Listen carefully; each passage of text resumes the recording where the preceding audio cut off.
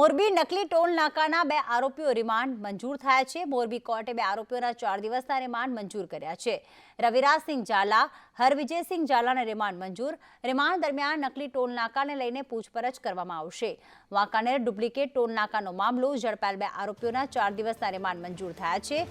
રવિરાજસિંહ વનરાજસિંહ ઝાલા અને હરવિજયસિંહ જયુભાઈ ઝાલાને રિમાન્ડ મંજૂર થયા।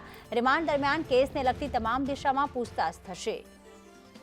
નિલેશ પટેલ અમારી સાથે જોડાઈ ગયા છે। નિલેશ, આ રિમાન્ડ દરમિયાન કઈ બાબતે પૂછપરછ કરવામાં આવશે?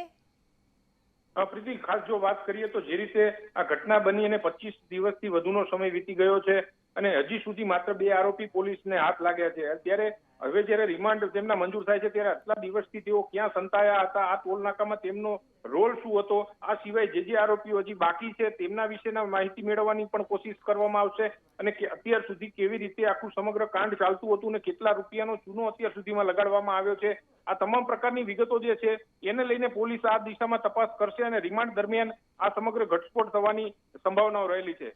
આભાર તમામ વિગતો માટે।